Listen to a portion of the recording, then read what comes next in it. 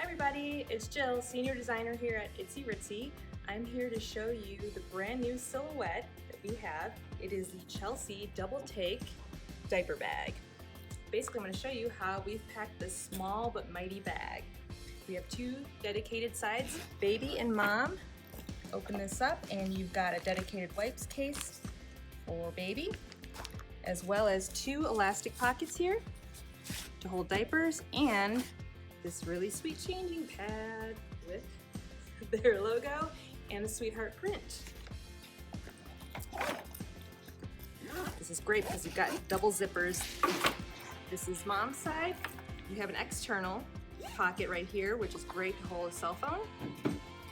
And then this bag is so small, but it holds so much. A slip pocket for your wallet, a zipper pocket with elastic to hold things like sunglasses, keys, lotion, compact, mints, lipstick, and lip balm.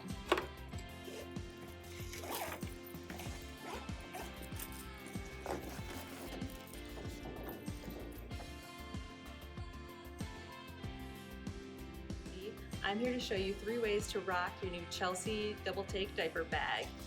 This bag does come with an adjustable strap, so you can wear it as a crossbody and change the heights.